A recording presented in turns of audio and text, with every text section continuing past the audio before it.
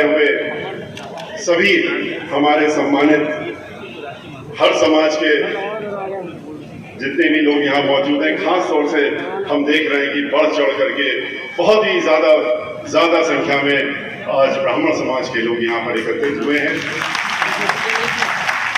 आपको हमारा ये हौसला बढ़ाने के लिए, यहाँ इकट्ठा होकर के हमारी शक्ति बढ़ाने के लिए, और हमारी जब शक्ति बढ़ेगी तो आपकी शक्ति तो अपने आप ही बढ़ेगी।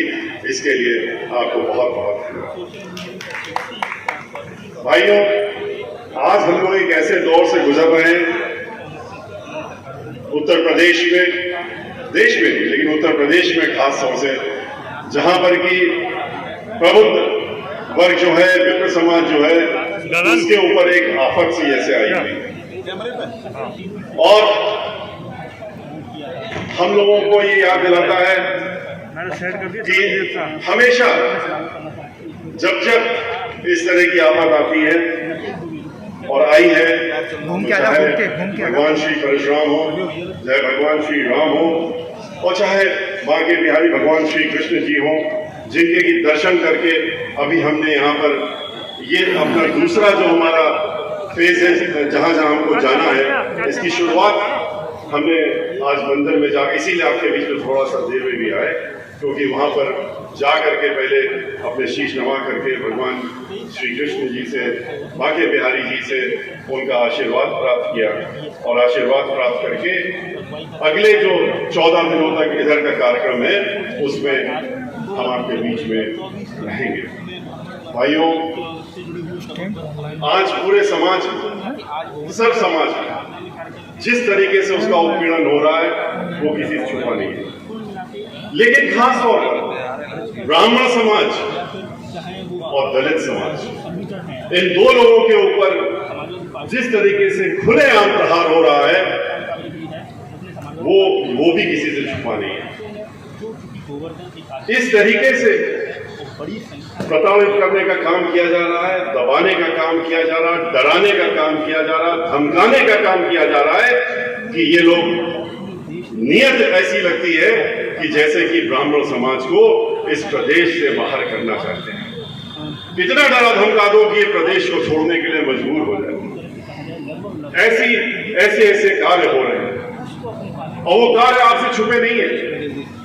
किस तरीके से ब्राह्मणों की हत्याएं हो रही, पूरी बना के रखो भाई, किस तरीके से दलित समाज की बेटियों के और ब्राह्मण समाज की बेटियों और माँ बहनों के ऊपर हमलावर हो रहे हैं, किस तरह से ब्राह्मणों के साथ साथ में दलित की बेटी को जलाने का काम करते हैं, और रात के 2 बजे उसका शरीर हाथरस में जब जला, आपके बहुत करीब में जला करके पूरा मीडिया वहां पर खड़ा था, लेकिन मीडिया को भी घुसने नहीं दिया। हालांकि मीडिया को मैं बहुत बहुत धन्यवाद देता हूं कि मीडिया ने उस दिन इन सबका असली चेहरा उजागर करने का काम किया था, पर इन्होंने उनको भी अंदर आने नहीं दिया, माँ बाप को नहीं आने दिया। माँ बाप को उस मृत बेटी की जिसका रेप होकर के हत्या हो गई, जो मर गई, उसकी उन्होंने उसको अंतिम संस्कार करने के लिए उसका शरीर भी नहीं दिया। तो ऐसी सरकार आज उत्तर प्रदेश में चल रही है। ब्राह्मण समाज की बात करें तो इतनी बड़ी लाइन, इतनी बड़ी गिनती है कि गिनाते गिनाते तो कई दिन लग जाएंगे कि कहां कहां क्या क्या हो रहा है पूरे प्रदेश में। चाहे बुंदेलखंड में ले लीजिए, झांसी में ले लीजिए, आप महोबा में ले लीजिए, आप चित्रकूट के पास ले लीजिए, किस तरह से रोक करके ब्राह्मण समाज के लोगों को पीड़ित करके जब उन्होंने कुछ आवाज उठाने की तो सीधे कहा गया कि गोली मार दो, अगर ब्राह्मण समाज का व्यक्ति है तो उसको गोली मार दी जाए। किस तरीके से लखनऊ शहर में गाड़ी रोक करके, तिवारी ब्राह्मण समाज का था, एप्पल में कंपनी एक है, सब जानते हैं, उसमें काम कर, उसको रोका और रोक करके नाम पूछा, जैसे ही उसने तिवारी कहा उसके गोली मार दी और उसको वहीं मार दिया। अपने माँ बाप को देखने के लिए लखनऊ के राजधानी में ब्राह्मण समाज का उसके ऊपर फर्जी मुकदमा दर्ज कर दिया था, तो वो अपना इधर उधर घूम रहा था, अपने माँ बाप को देखने आया, माँ बाप के बीच में से घसीट के ले गए और घसीट के ले जाकर के उसको बाहर ले जाकर के एनकाउंटर कर दिया। ब्राह्मण समाज की बारी आती है तो आपने देखा कि किस तरीके से जो विप्रू कांड हुआ उसमें वहां पर कोई कानून, कोई अदालत नहीं, कोई मुकदमा नहीं, और सीधे वहीं पर आपने गोली मार के, एक नहीं दो नहीं, आप एक का नाम लेते रहे कि इसने किया था, उसके नाम पर आपने 100 लोगों को नामजद कर दिया। अज्ञात के नाम पे, अज्ञात ब्राह्मणों के नाम पे 100 लोगों को नामजद किया, और ये कहा, ये निर्देश हुए कि ये मौका मिल गया है बहुत अच्छा, इस मौके को चूकना नहीं चाहिए, अब आप अपना काम बखूबी कर लीजिए, और इस काम करने के लिए आप 100 अज्ञात ब्राह्मण लिख दीजिए, और उसमें जिसको मर्जी आए उसको उठा लीजिए। जहां जहां मजबूत ब्राह्मण दिखे आपको, कानपुर के इर्द गिर्द जितना मजबूत ब्राह्मण, चाहे कन्नौज हो, फरुखाबाद हो, इटावा हो, और कानपुर हो, कानपुर नगर हो, उन्नाव हो, हरदोई हो, इस पूरे क्षेत्र के ब्राह्मण समाज के लोगों को, जो मजबूत किस्म के ब्राह्मण समाज थे, जो समाज में अपने समाज को लोगों को देखने का काम करते थे, उनको कोई बंबई से उठा लिया, कोई कलकत्ते से उठा लिया, जो कहीं थे ही नहीं, उनको नाम डाल करके और उठा करके और उसमें मारने का भी काम किया। कितने लोगों को मार दिया, ये भी आपसे छिपा नहीं। गाड़ी फिसलती, गाड़ी रुक जाती, गाड़ी में बंद करके ले जा रहे हैं, पूरी आगे पीछे चारों तरफ फोर्स लगी हुई है, लेकिन अचानक गाड़ी रुकती है, फिसल जाती है, और फिसलने के बाद वो व्यक्ति बाहर निकलता है, और उसको कहा जाता है कि वो तो भाग रहा था, इसने गोली मार दी। एक हो 17 से 18 साल का लड़का था, हरियाणा में काम कर रहा था, उसका भी नाम डाल दिया, क्योंकि वो भी मजबूत था, उसको उठा ले गए, उसकी भी गाड़ी फिसल गई, उसको भी गोली मार दी। प्रतापगढ़ में 5 ब्राह्मण समाज के लोगों को जिंदा जला, उनका घर जला दिया, उनकी झोपड़ी, घर तो था ही नहीं, झोपड़ी थी, हम तो गए थे देखने। जब देखने गए तो देखा कि घर के नाम पे तो 15 फीट की झोपड़ी थी, कच्ची झोपड़ी, उसमें भी आग लगा दी, उसको भी नहीं छोड़ा, और महिलाओं को भी नहीं छोड़ा। आपको अच्छी तरीके से मालूम है किस प्रकार से खुशी दुबे 16.5 साल की लड़की, और उसकी क्या गलती थी? उसके माँ बाप ने शादी कर दी, वो पहले तिवारी थी, उसकी शादी कर दी दुबई में, और 29 तारीख को शादी होती, 29 से 30 तक शादी का कार्यक्रम चलता है, क्योंकि रात की शादी थी। 1 तारीख उसका पहला दिन था, घर में अपने मेहंदी भी नहीं सूखी थी, और 2 तारीख को कांड हो जाता है, कहते हैं ये कांड हो गया, और इसलिए उसको उठा ले गए। पूछा मीडिया वालों ने कि आपने उनको क्यों उठा लिया? बोले नहीं, वो छत में 3 महिलाएं दिख रही थी, और उसमें से वो भी रही होगी, ये पुलिस वालों ने बताया, कहा कि उसमें से वो भी होगी, और उसको ले जाकर के जेल में आपने बंद कर दिया। जेल में वो 1-2 दिन नहीं, वो जेल में उसको पहले आपने जेल में बंद किया, जब मालूम पड़ा तो नाबालिग है, तो उसको रिमांड होम में भेज दिया, जहां नाबालिग को रखते हैं, बाराबंकी में, और 1 साल हो गया उसको बंद कर रखा है। आदेश निर्देश ये था दिल्ली से, लखनऊ से, कि किसी भी हालत में खुशी दुबे को बाहर नहीं आना चाहिए, और इसीलिए सारी वो दफाएं जो हो सकती हैं आईपीसी में, इंडियन पीनल कोड में, उसको उन्होंने उसमें लगा दिया, चाहे 302 से लेकर नीचे तक जितनी गिन सकते थे, उन्होंने पूरा पन्ना भर दिया। और उसके बाद भी जब देखा कि बेल तो हो ही जाएगी, नाबालिग है, 16.5 साल की लड़की निकली है, और 1 दिन के लिए घर में थी, तो कहा नहीं कोई और तरीका निकालो। तो जब आदेश हुआ तो बाराबंकी की जो अधीक्षिका रिमांड होम की थी, जहां उसको भर्ती कराया गया था, उससे एक जबरदस्ती लिखवाया गया, चिट्ठी पत्र लिखवाया गया न्यायालय में दाखिल करने के लिए कि ये लड़की तो धमका रही है 48 लड़कियों को। नहीं 2 कमरों में 48 लड़कियां रहती हैं जो बंदी हैं, और ये 48 में से एक है। इसने 47 लड़कियों को धमकी दी है कि अगर हमारी बेल हो गई और हम बाहर निकल गए तो हम तुम सब 47 लोगों को देखने का काम करेंगे, उठवा लेने का काम करेंगे। बताइए, जो सब जेल में बंद है वो भी बंद है, वो 47 भी बंद है, उनको कौन धमका देगा, कहां से ले जाए?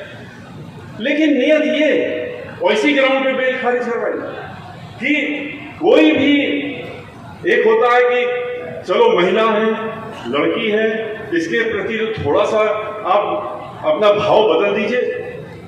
आप औरों को मार रहे हैं, मरवा रहे हैं, जेलों में ठूस रहे हैं, इनको तो छोड़ दीजिए। लेकिन नहीं, वहां निर्दयी जो भावना होती है उसके साथ में। इसको ही नहीं, घर में जो काम करती थी महिला, उसकी एक 6 साल की लड़की और 3 साल का बच्चा, उसको भी उठा ले गए बच्चों समेत और जेल में बंद कर दिया। 1 साल से वो बच्चे जो है 6 साल का और 3 साल का था, अब वो लड़की 7 साल की हो गई है, बालक 4 साल का हो गया है और वो बंद पड़ी हुई जेल में। वो बच्चा अब 20 साल बंद रहेगा, 15 साल बंद रहेगा, किसी को नहीं मालूम लड़की कब तक बंद रहेगी, क्योंकि कोई मुकदमा होना नहीं है। और इनकी अगर दोबारा सरकार आ गई तो कहते हैं कि हम इनको मुकदमा तो नहीं लेकिन वही बसवाने का काम करेंगे। तो ऐसे कार्यक्रम ये जो उत्तर प्रदेश में हो रहे हैं, आज ब्राह्मण समाज को मालूम हो रहा है कि आज जिनके पीछे वो चले थे वो उनके लिए क्या। ब्राह्मण समाज बुद्धिजीवी समाज होता है, लेकिन कभी कभी देखिए हम लोग अपना जो है बुद्धि का इस्तेमाल जब करने चलते हैं, कभी कभी अपनी बुद्धि हम फिर भी कर देते हैं। हम भी वकालत करते हैं, लगभग 46 वर्ष हो गए वकालत करते हुए। हमको हमारा मौके आता है, फीस देता था, तो हम लोग अपनी बुद्धि उसको देते हैं और अपना इस्तेमाल करते हैं उसके लिए। इसी तरीके से इन्होंने, ब्राह्मण समाज के लोगों ने क्या किया पिछले वर्षों में, ये आपसे छुपा नहीं है, जिसकी वजह से आज ये दिन देखने पड़ रहा है। 2007 से 12 की सरकार को याद करिए। 2007 से 12 में के पहले ब्राह्मण समाज किस हैसियत में पहुंचा दिया गया था उत्तर प्रदेश में, वो भी याद करिए। याद करिए कि 2002 में ब्राह्मण समाज के सिर्फ 5 और 6 एमएलए, 403 की विधानसभा में सिर्फ 5 या 6 एमएलए रह गए, 0 पर पहुंच गए थे। लेकिन जब उस समय बहन मायावती जी ने हमको राज्यसभा में भेजने का काम किया, आप अपनी पार्टी का राष्ट्रीय महासचिव बनाया, हम तो वकालत के पेशे में थे और अच्छा कमा रहे थे, लाखों की आमदनी रोज की थी, हमें तो कोई राजनीति से लेना देना नहीं था। लेकिन बहन मायावती जी ने जब हमको महाधिवक्ता बनाया, उसके बाद वो राज्यसभा में लेके आई, जब हमने इस्तीफा दे दिया महाधिवक्ता के पद से, और हम उनके साथ में खड़े हो गए। जब लोग उनके ऊपर हमलावर हुए, लोगों ने बहुत कोशिश की उनको घेरने की, फंसाने की। मुकदमों में 1 2 नहीं, 101 मुकदमे दाखिल हुए उनके खिलाफ, उनके परिवार के खिलाफ, सबके सब झूठे मुकदमे, हर तरीके के हाथ पांव डाल लिए लोगों ने। लेकिन हमने भी इस्तीफा दिया था और हमने भी कहा था हमने वकालत मेहनत करके की है, ऐसे वकालत हवा में नहीं की है। हम भी देखते हैं, हम आपके साथ खड़े कि ये आपका क्या बिगाड़ सकते हैं। पूरी ताकत लगा ली थी भारतीय जनता पार्टी, उस समय भी सरकार में थी, उन्होंने ही शुरू किया था ये, और करने के बाद पूरी क्षमता के साथ में अपने उन्होंने जितने भी उनके बड़े बड़े विद्वान वकील थे सबको खड़ा कर लिया था।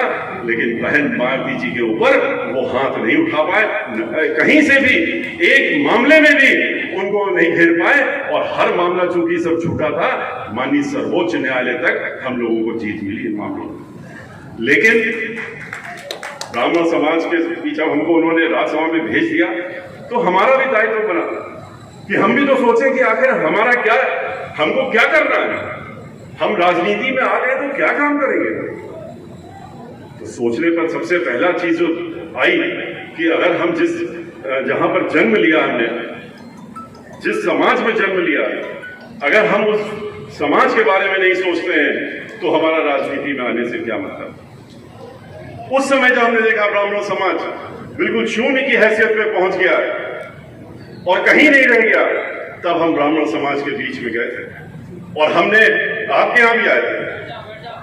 हमने पूरे प्रदेश में हर जिले में जाकर के ब्राह्मण समाज के बीच में जाकर के और उनके सम्मेलन किया और उनसे बातचीत की, और हमने बहुत सी बातें की थी। लेकिन 2-3 बातें मुख्य थी जो हमने उस समय कही थी।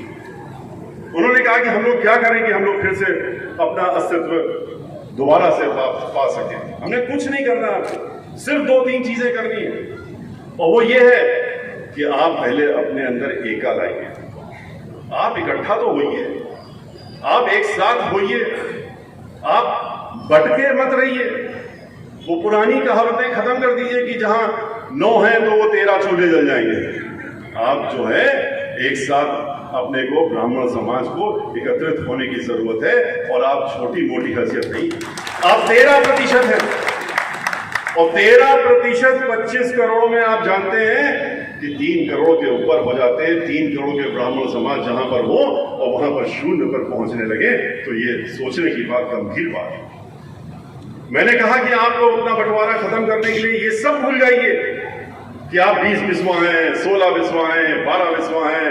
हम तो जो है कांडकुब्ज ब्राह्मण हैं, सनाट्य ब्राह्मण हैं, या सरजूपारी ब्राह्मण हैं, या त्यागी हैं, या राय हैं। आप अपने आप को ब्राह्मण के नाम से जानिए और उसी के नाम से जानने का काम करिए।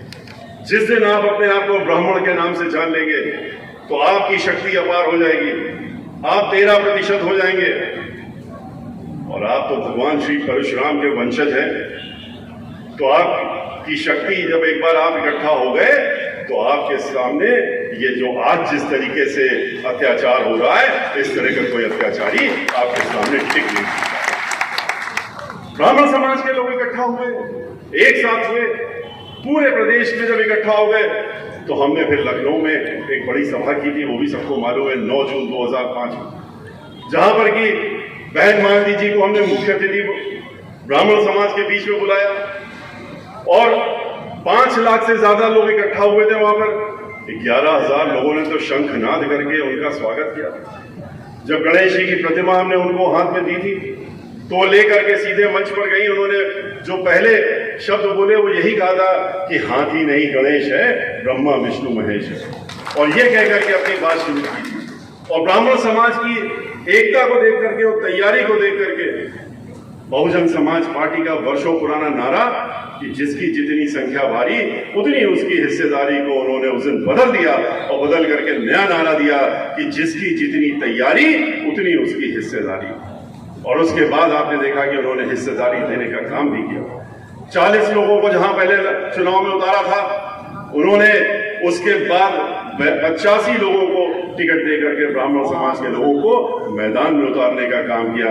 आपके बीच में ही 3 लोग हैं, रावत जी भी हैं, नकुल दुबे जी भी हैं, शर्मा जी भी हैं, और नकुल दुबे आपके बीच में हैं। उसके बाद मंत्री भी बने, और 1-2 मंत्रालय नहीं, पता नहीं कितने कैबिनेट मंत्रालय बहन मायावती जी ने इनको देने का काम किया था, मजबूत वाले। उसके बाद आप जानते हैं कि बहन मायावती जी ने जब ये बात कही तो जब सरकार बनी, और सरकार ऐसे नहीं बनी, सरकार तब बनी जब पूरे समूचे ब्राह्मण समाज ने एक तरफा बहुजन समाज पार्टी को जिताने के लिए अपनी पूरी ताकत छोड़ दी। और उसी की वजह से जहां 4-5 थे, कुल मिला के सभी पार्टियों के 45 ब्राह्मण समाज के लोग तो चुन करके खाली बहुजन समाज पार्टी से विधानसभा में पहुंचने का उन्होंने काम किया। और इतना ही नहीं, चूंकि ब्राह्मण समाज ने भाईचारा बनाने का काम किया था, हमारे आह्वान को स्वीकार किया था कि आप अकेले कुछ नहीं कर सकते, आप 13% इकट्ठा भी हो जाएंगे तो आपकी ताकत फिर से 0 की तरफ जाएगी, क्योंकि 13% से चुनाव नहीं जीता था। चुनाव जीतने के लिए आपको 30-35% वोट चाहिए होता है, और उसके लिए आपको भाईचारा बनाना पड़ेगा। भाईचारा बनाइए, जो ब्राह्मण समाज का दायित्व भी है, और ब्राह्मण समाज को ये करना आवश्यक भी है। आप ब्राह्मण समाज तो ब्रह्म से बनता, और यही उसका दायित्व है कि ब्रह्मांड में जो लोग, जो भी है, जो भी व्यक्ति है, उसको आप आगे बढ़ाने का काम करिए, उसका साथ देने का काम करिए, उसका समतामूलक समाज बनाने का काम करिए। ये हमारा दायित्व है। और उस समय भाईचारा आपसे हमने कहा कि बनाइए। 23% दलित समाज के भाई बहन उत्तर प्रदेश में हैं जो अडिग हैं, और जिनके ऊपर जितने भी अत्याचार करने की सरकारों ने कोशिश की, जो भी प्रताड़ना करने की कोशिश की, जैसे आज भी कर रहे हैं, लेकिन वो टस से मस नहीं हुए। बहन मायावती जी के पीछे वो एक चट्टान की तरह और गोवर्धन पर्वत की तरह वो उनके साथ में खड़े हैं और हमेशा खड़े रहेंगे। तो जब वो 23% जिनके साथ में पहले से ही अन्य समाज जुड़ा हुआ है, उनके साथ में आप भाईचारा बनाएंगे तो 13 और 23 मिला के 36 तो अकेले आप ही दोनों हो गए, बाकी तो साथ में आकर के और बढ़ाने का काम करेंगे। पूरे उत्तर प्रदेश में आप भारी पड़ने का काम करेंगे। आप लोग आए, इकट्ठा हुए, और ब्राह्मण समाज ने फिर खाली अपनी सीटों पे नहीं ताकत लगाई, उन्होंने जहां जहां पर बहुजन समाज पार्टी के लोग लड़ रहे थे पूरी ताकत झोंक दी, और खास तौर पर जहां हमारे दलित समाज के भाई बहन थे जिनसे उन्होंने भाईचारा बनाया, उनके ऊपर तो उन्होंने तन मन धन के साथ में उन्होंने साथ देने का काम किया। और उसी की वजह से जहां 16 सीटें हम लोग पहले जीते थे, रिजर्व सीटें 80 में से हम लोग वो सीटें बढ़ा करके 62 सीटों पर लेकर के गए थे, ब्राह्मण समाज की वजह से, जो उसने अपना योगदान देने का काम किया। ब्राह्मण समाज की जब सरकार बन गई तो बहन मायावती जी ने अगर वादा किया था कि हम सम्मान देंगे, मान सम्मान देंगे, तो जितना उन्होंने वादा किया था उससे कहीं ज्यादा आगे बढ़ करके उन्होंने फिर ब्राह्मण समाज को देने का भी काम, सर्व समाज को दिया, अकेले ब्राह्मण समाज को नहीं दिया, सर्व समाज को दिया। लेकिन जहां ब्राह्मण समाज की उपेक्षा होती थी, जैसे पिछले 10 वर्षों से फिर हो रही है, उन्होंने ये नहीं होने दिया। उन्होंने चाहे 15 मंत्री बनाने पड़े, कैबिनेट मंत्री की दर्जा 35 लोगों को दर्जा दिया, फिर उसके बाद कैबिनेट मंत्री का उन्होंने 1 दर्जन से ज्यादा एमएलसी ब्राह्मण समाज के बनाए, विधान परिषद का अध्यक्ष ब्राह्मण समाज का बनाया, उन्होंने अधिवक्ता महाधिवक्ता ब्राह्मण समाज का, अतिरिक्त महाधिवक्ता ब्राह्मण समाज का, लगभग 5000 सरकारी वकील उन्होंने ब्राह्मण समाज के बनाने का काम किया। 6 एमपी दिए लोकसभा में, और वहां पर भी डिप्टी लीडर बनाया। हमको उन्होंने पिछले 17 वर्षों से, अब तो 18वां वर्ष है हमारा राज्यसभा में, अपना पार्टी का लीडर वहां बना के रखा हुआ है। और इतना ही नहीं, अभी भी आज के वक्त भी आपके समाज को सम्मान देते हुए उन्होंने लोकसभा में, जहां हमारे 10 एमपी हैं, उन्होंने वहां पर इस समय भी वर्तमान में श्री रितेश पांडे जी जो ब्राह्मण समाज से हैं, उनको उन्होंने वहां पर पार्टी का लीडर बना के रखा हुआ है। तो ये सारी चीजें उन्होंने ब्राह्मण समाज को उनको सम्मान देने के लिए किया था। इसके अलावा अनेकों और चीजें करी उन्होंने, उसके अलावा बहुत से काम किए, लेकिन ब्राह्मण समाज को सम्मान देने का उन्होंने, जहां ब्राह्मण समाज के लोगों की आस्था जुड़ी होती है, चाहे वो वाराणसी हो, चाहे वो अयोध्या में सरयू नदी के पास उन्होंने जितने भी नदी के किनारे घाट थे उनको ठीक कराने का काम किया, वाराणसी में कराने का काम किया। आपके जिस नगरी में आज हम खड़े हैं वो किसका नगर? वो बांके बिहारी जी, बांके बिहारी जी स्वयं जो प्रभु है, उनका स्थान है। बांके बिहारी जी के जब सरकार बनी बहुजन समाज पार्टी की, तो हम तो यहाँ पर हर साल आते थे और देख करके अफसोस होता था कि इधर क्यों नहीं किसी सरकार की निगाह घूमती है। जब यहाँ के बारे में पता लगा, यहाँ के हमने जो लोग मुख्य लोग हैं, उनको बुलाने का काम किया, उनसे वार्ता की, यहाँ के अधिकारियों को बुलाया, हमने कहा कि हम समग्र विकास करना चाहते हैं। उन्होंने एक समस्या बताई, किसी ने दूसरी समस्या बताई, किसी ने तीसरी समस्या बताई। हमने कहा नहीं, हमने बहन मायावती जी से इजाजत ली है और उन्होंने कहा है कि वृंदावन आपको खुद स्वयं देखने की इजाजत, आप जो भी कार्य कराना हो खुली छूटे वहां पर करा दिया। मैंने सबसे पूछा जाके, यहां पर भी आए, यहां भी बैठक की, और बैठक करने के बाद जब चीजें पता लगी तो हमारी भी आंख खुल के रह गई। हमने कहा लाखों की संख्या में लोग आते हैं दर्शन करने, मोक्ष पाने के लिए। कहा जाता है इस धरती में जो परिक्रमा कर लेता है और यहाँ की कच्ची जमीन में नंगे पैर चल लेता है परिक्रमा करके, उसको तो सीधे मोक्ष मिलता है। फिर ऐसे स्थान पर, ऐसे बांके बिहारी जी के स्थान पर, भगवान श्री कृष्ण के स्थान पर समस्या ही समस्याएं हैं। किसी ने कभी सोचने का काम ही नहीं किया। आपको पता नहीं, आप लोगों को तो मालूम ही होगा। जब मुझे बताया गया तो मैंने यहाँ पर पूरे वृंदावन में, जहां पर सीवर लाइन नहीं थी इस जमाने में, जहां पर सीवर लाइन ना हो वृंदावन में, पूरे वृंदावन में सीवर लाइन डलवाने का काम करा। जब सीवर लाइन डलवाई तो जितने भी वृंदावन का क्षेत्र था, जितनी गलियां थी जहां पर लोग, हमारे आश्रम बने हुए हैं, हमारे साधु महात्मा संत रहते हैं और लोग जो आते हैं दर्शन करने वो लोग रहते हैं, उनको सुधारने के लिए उनको पक्का करने का काम किया गया। जब हम जो परिक्रमा की जाती है उसके लिए आगे बढ़े तो हमें तुरंत हमारे यहाँ के लोगों ने कहा कि देखिए ध्यान रखिएगा, यहाँ पर खाली आप पक्की सड़क की परिक्रमा न बनवा दिए, पक्की सड़क बनाइए। फुटपाथ भी बनाइए जिससे लोग पैदल चलते हैं उसमें चल सकें, लेकिन कच्चिया उसके बगल में कच्ची जमीन का भी रास्ता जरूर दीजिए। ये तीनों चीजों को लेकर के हम चले। सीवर लाइन डलवाई, वाटर लाइन डलवाई, उसके बाद ये परिक्रमा पूरी की पूरी परिक्रमा, एक हिस्सा खाली रह गया था जिसका हमको अंत तक वो उतरा, क्योंकि उसमें सर्वोच्च न्यायालय से एक स्टे ऑर्डर था, अंतरिम आदेश था, जो कि ठीक यमुना के पास में, जिसकी वजह से हम उसको जोड़ नहीं पाए थे, लेकिन पूरी परिक्रमा को हमने जोड़ने का काम कर दिया और नए सिरे से बनाने का काम।